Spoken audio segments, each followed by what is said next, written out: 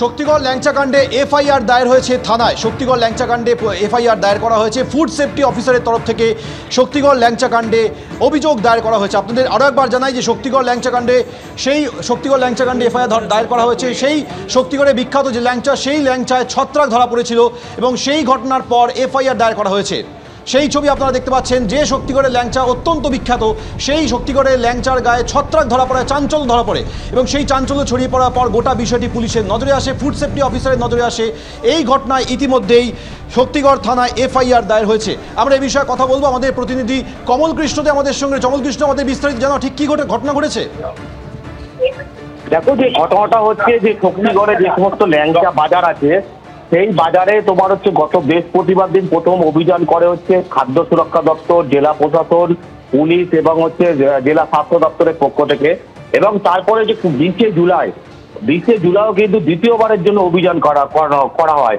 এবং যেটা প্রশাসনের পক্ষ থেকে যুক্তি দেওয়া হচ্ছিল যে সমস্ত 21 জুলাই যেহেতু একটি বড় সমাবেশ ছিল, সেই উপলক্ষে যখন গাড়ি ঘোড়া এখান দিয়ে আসে তখন প্রচুর সংখ্যক হচ্ছে মানুষজন এখানে দাঁড়ায় এবং এখান থেকে ল্যাংচা বা অন্যান্য জিনিসপত্র যেগুলো খাবার দ্রব্যাদি পাওয়া যায় সেগুলো কেনে এবং সেগুলো গুণগত মান ঠিক আছে কিনা এবং পাশাপাশি যেখানে তৈরি হচ্ছে সেই তৈরি হওয়ার জায়গা অর্থাৎ কিচেন, সেই জায়গাগুলো পরিষ্কার পরিচ্ছন্ন করে সমস্ত বিষয় নিয়ে কিন্তু তারা সেখানে অভিযান চালান।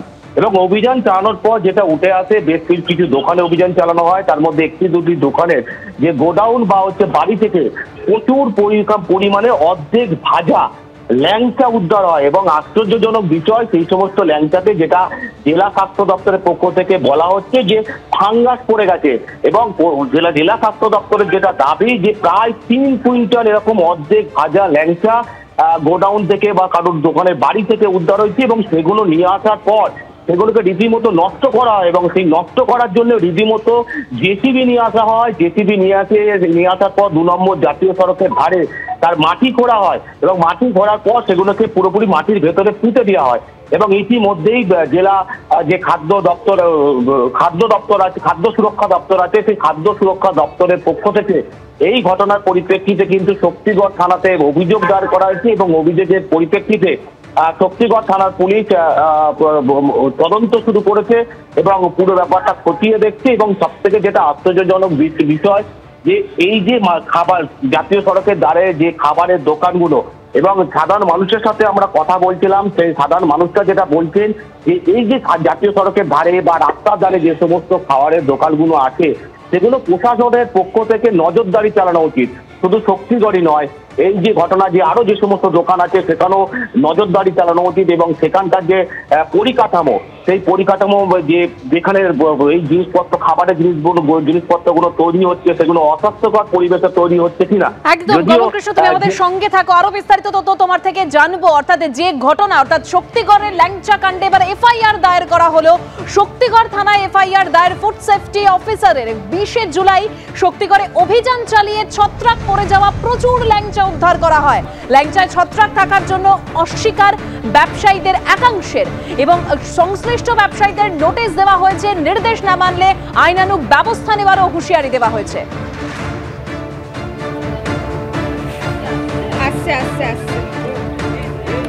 ল্যাংচা হাফ ফ্রাই করে রাখা যেতে পারে 10 থেকে 15 দিন। তার মধ্যে কোনো প্রিজারভেটিভ লাগে না, কিছু লাগে না, 10 থেকে 15 দিন রাখা যায়। তারপরে ওটা আধ ভাজা ল্যাংচা। কিন্তু তারপরে যখন ল্যাংচা রসে ডোবানো হয় তখন তার আগে একবার ল্যাংচাকে 120 থেকে 30 ডিগ্রি টেম্পারেচারে আর একবার ভাজা হয় 5-10 মিনিট ধরে, তারপরে সেটা রসে ফেলা হয়। ঠিক আছে, সুতরাং সেখানে ফাঙ্গাসের কোনো গল্প থাকতেই পারে না। অভিযান করেছে ফুড ইন্সপেক্টর, তার সঙ্গে প্রশাসনকে আসতে হয়েছে। কিন্তু আমার কথা হচ্ছে, আপনার ঘরের ছেলে যদি কোনো সমস্যায় পড়ে আপনি কি করবেন? প্রথম ছেলেকে 2-4 বার শাসন করবেন। শাসন করার পরে তারপরে আপনি সংবাদ মাধ্যমে ডাইরেক্ট নিয়ে চলে যাবেন। সংবাদ মাধ্যমে যে আমার ছেলে এই করেছে, আপনি সংবাদ মাধ্যমে লিখে শক্তিগড়ের বদনাম করে দেবেন। প্রশাসন এটা রেড করেছে, ধরেছে, তারপরে জানাজানি হয়েছে বা এখন এটা আপনাদের সাংবাদিকরা আপনারা কোনো পেপারের মাধ্যম দিয়ে মানুষের কাছে নিয়ে যাচ্ছেন। কিন্তু এই কোয়ালিটি আমরা শক্তিগড়ের যে ল্যাংচা যেটা জিটি রোডে খেতাম সেই ল্যাংচা আর এখানে সব বাণিজ্যিক ল্যাংচা এক নয়, কোনোদিনই এক নয়। অনেক দিন থেকে আমি খাওয়া বন্ধ করে দিয়েছি। এটা তো অত্যন্ত অন্যায়। খাওয়ারের মধ্যে ভেজাল, এটা তো বিদেশে মানে এটা একটা গ্রেট মানে এটা ক্রিমিনাল অফেন্স। এটা এগুলো ব্যাপার হয়তো কোনো যদি দেখাশোনা যদি কেউ না করে, ফুড সেফটি ডিপার্টমেন্ট যারা আছে তারা তো এগুলো দেখাশোনা করা উচিত।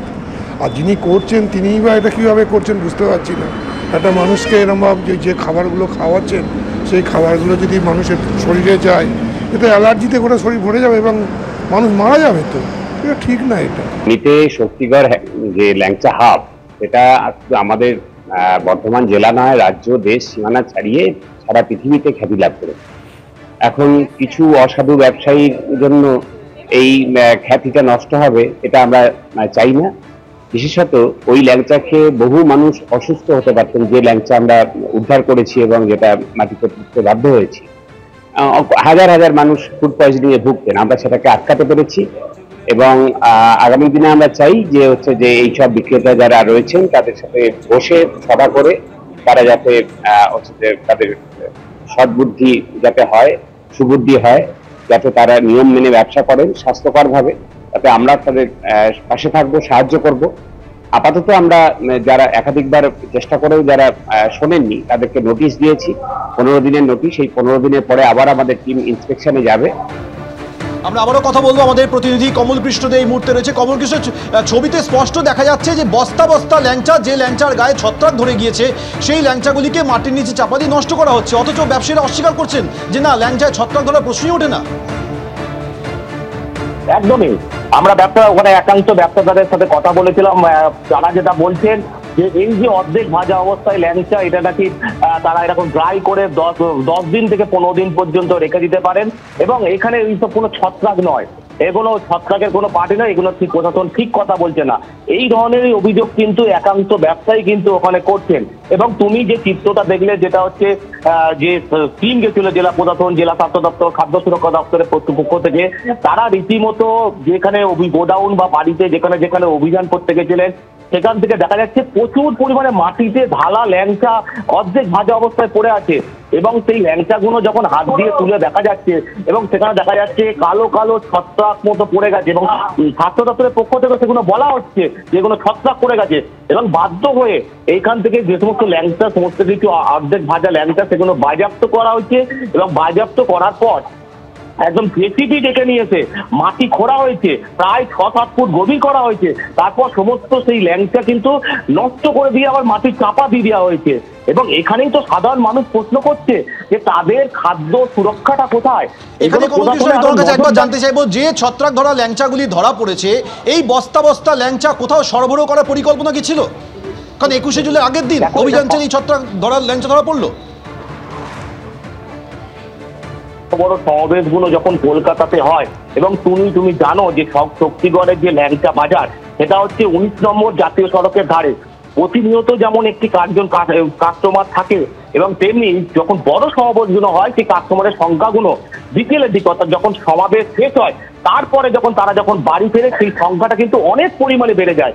এবং যেটা আমরা সূত্র মারফত জানতে পারছি বা প্রশাসন সূত্রে জানতে পারছি যে এই যে ল্যাংচাগুলো এরা কিন্তু অনেক আগে থাকতে অর্ধেক ভাজা অবস্থায় তৈরি করে রেখে গুদামজাত করে রাখে। এবং যেটা স্বাস্থ্য দপ্তর মনে করছে বা খাদ্য সুরক্ষা দপ্তর মনে করছে যে এই যে অধিক পরিমাণে চাহিদা যখন তৈরি হয়, অর্থাৎ যেমন সমাবেশ, বড় সমাবেশ, প্রচুর সংখ্যক মানুষ শক্তিগড়ে আসবে, সেই সময় ওই সমস্ত ল্যাংচা নিয়ে আসার পর নতুন করে ভাজা হয় এবং তারপর আবার রসে চুবিয়ে সেইগুলোই মানুষকে দেওয়া হয়। এমনই কিন্তু স্বাস্থ্য দপ্তরের পক্ষ থেকে অনুমান করা হচ্ছে। এবং রীতিমতো স্বাস্থ্য দপ্তর তার যে এফআইআর কপি, সেই এফআইআর কপিতে লিখেছেন যে এই যে খাবার, এই খাবার যদি মানুষকে দেওয়া হয়, ছত্রাক জাতীয় খাবার, এটা কিন্তু মানুষের পক্ষে হচ্ছে অস্বাস্থ্যকর। অর্থাৎ এই খাবার খেলে যে কোনো সময় কিন্তু মানুষের শরীর খারাপ হতে হবে। এবং তার পরিপ্রেক্ষিতেই কিন্তু প্রশাসনের পক্ষ থেকে কিন্তু পদক্ষেপ নেওয়া হয়েছে।